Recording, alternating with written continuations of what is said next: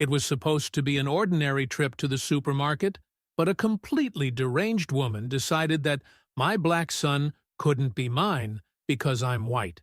Just when I thought nothing could get worse, she pulled out a knife and made a scene worthy of a horror movie.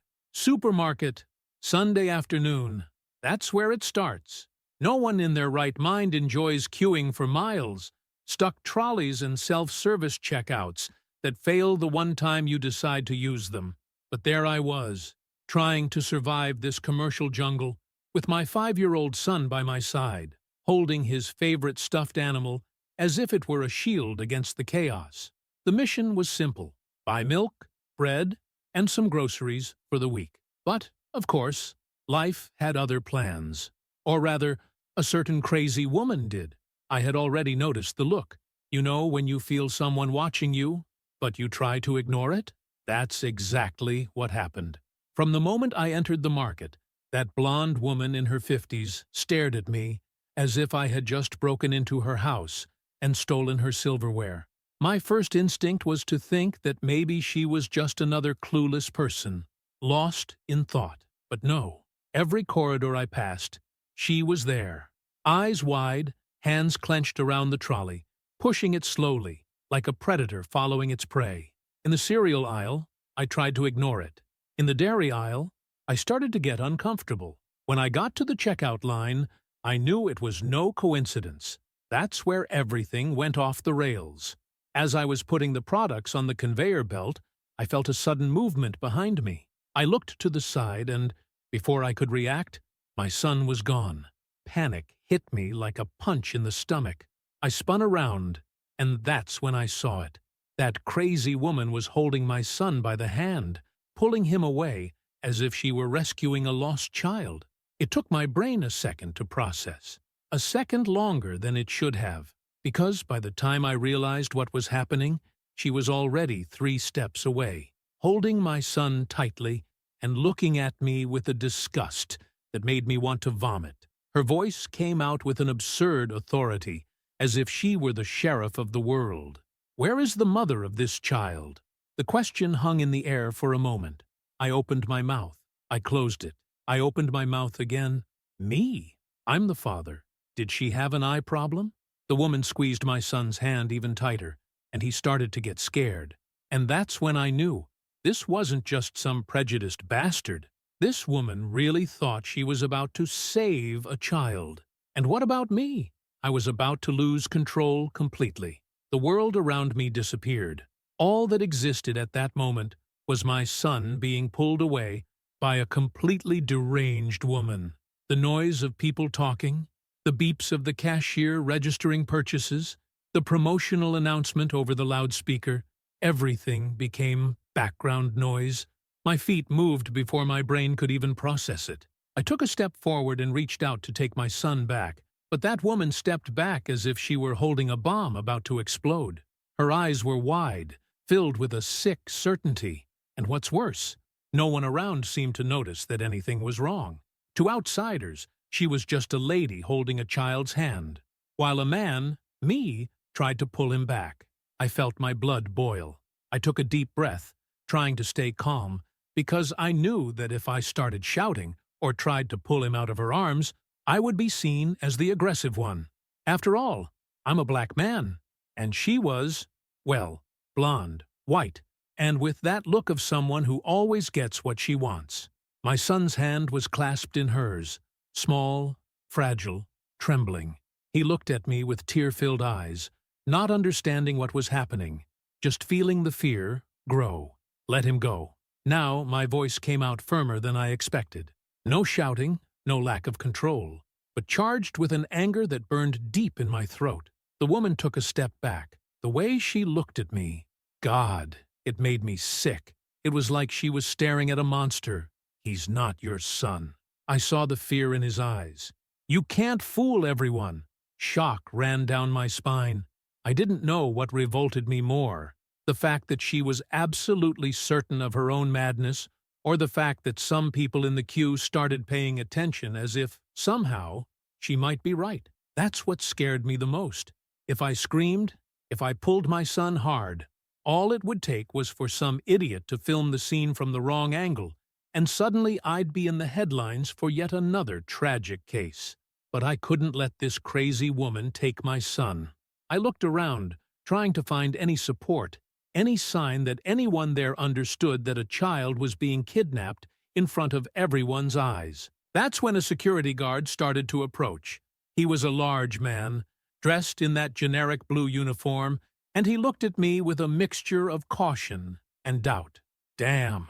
The woman saw the security guard coming and, instead of realizing she was wrong, she doubled down. "Hurry up! Call the police! That man is trying to take that child." The security guard stopped in the middle of the road. The seconds stretched out. I felt my heart pounding in my neck. And that's when my son started crying. Loudly. The kind of desperate cry that only a terrified child can let out. And in that instant, something changed. The security guard frowned. People around started whispering, and the woman's mask began to crack. Because, for the first time, someone realized that the real fear wasn't on her face. It was in my son's face. But instead of giving up, instead of letting go of his hand and backing away, she pulled a knife out of her pocket. The glint of the knife made my stomach sink. The world, which was already in slow motion, seemed to stop completely. What had once been an absurd and revolting situation had now turned into a nightmare. She held the blade firmly, as if ready to use it. The hand that was still clutching my son was tense, the fingers white from the force. I felt the air go out of me. The security guard, who had seemed uncertain before, took a step back. Yes, backwards, as if he wasn't trained to deal with it, as if he wasn't sure who the real threat was. The woman was breathing heavily, her eyes scanning the crowd around her. Perhaps she realized that the situation was getting out of hand. Perhaps she felt the weight of the stares on her. But she still didn't let go of my son. I knew that any wrong move could end badly, very badly, because now I wasn't just trying to get my son back from a crazy woman. Now I was facing someone who had a gun, and who, it seemed, was willing to go to any lengths to prove that she was right. The supermarket, which had previously seemed like noisy chaos, plunged into absolute silence. People stopped in the middle of the aisles. Employees froze at the checkouts. It was as if everyone there knew that the next second would define everything. And in the middle of it, my son was crying. He was shaking so much that I could see his knees wobbling, small, helpless, not understanding why a strange woman was holding him and why his own father was doing nothing. My head was spinning with possibilities. I could lunge forward and try to tear him away from her. But what if she reacted? What if the blade was too close? What if, in the confusion, he hurt himself? I could scream. But wouldn't that scare her even more? I could, and then she spoke. "If you take another step, I swear I'll cut that filthy hand off." The blood drained from my face. The world, which already seemed to be falling apart, cracked completely. That wasn't just a fit of rage. It wasn't just prejudice disguised as concern for a child. This was pure hatred. The woman wasn't just convinced that my son wasn't mine. She didn't accept the idea that he could be. My breathing became heavy. My whole body was screaming at me to do something, to get my son out of there and get it over with. But any wrong move could make everything worse. And that's when a noise cut through the silence. A dry crack, loud enough for everyone in the market to hear. It wasn't a gunshot. It wasn't a scream. It was the metallic voice of the supermarket's loudspeaker, manually activated by an employee at the checkout. "The police are on their way." The woman's blade trembled, and, for the first time that night, she hesitated. The voice from the loudspeaker seemed to freeze time. The words echoed throughout the market, sharp as invisible blades. "The police are on their way." The woman's face changed instantly. For a brief second, she no longer just looked furious. She looked scared, but not an ordinary fear, like that of someone who has realized they have done something wrong. It was the fear of someone who can't accept losing. Sweat dripped down her forehead, her fingers still gripping the knife tightly, but now trembling.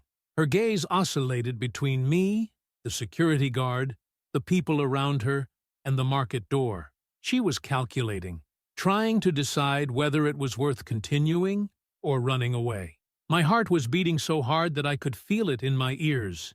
The arm holding my son was still trapped in her hand, and I could see his little chest rising and falling rapidly, panic consuming every bit of his fragile body. But for the first time that night, the power was no longer with her. The whole market could see the scene clearly now. Before, people looked on from afar, uncertain, perhaps even believing the absurd story she tried to push. But now she was just a crazy woman holding a child and a knife, surrounded by witnesses and with the police on their way. And that infuriated her even more. Her lips twitched in an expression of pure hatred, her face red with rage. It was as if everything was slipping through her fingers and she refused to accept it. And then she made her last decision of the night. Letting go of my son's hand in one sudden movement, she turned her body and ran. I didn't even have time to react. As soon as her hand let go of his, I pulled him to me and hugged him tightly, feeling his little body still trembling. The knife fell to the floor with a metallic clang. The marketplace erupted in murmurs, shouts, and hurried footsteps. Some people moved away.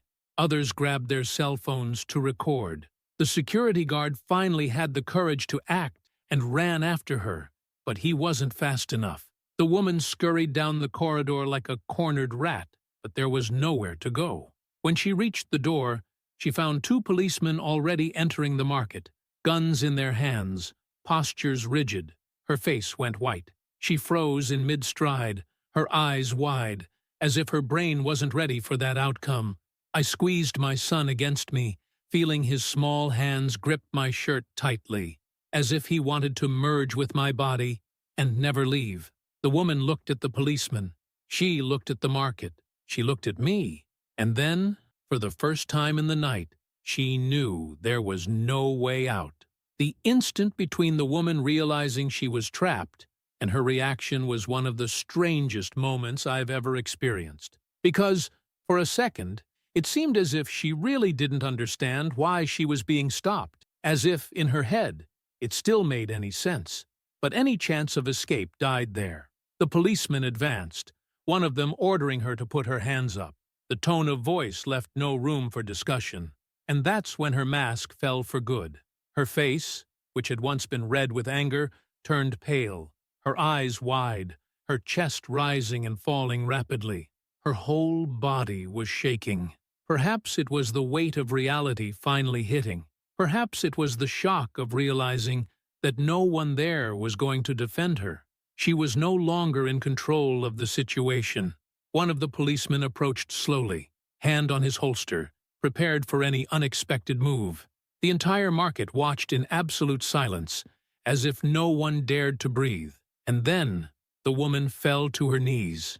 She simply collapsed to the ground. "I just wanted to help," she mumbled, her voice trembling, almost inaudible. The policeman didn't hesitate.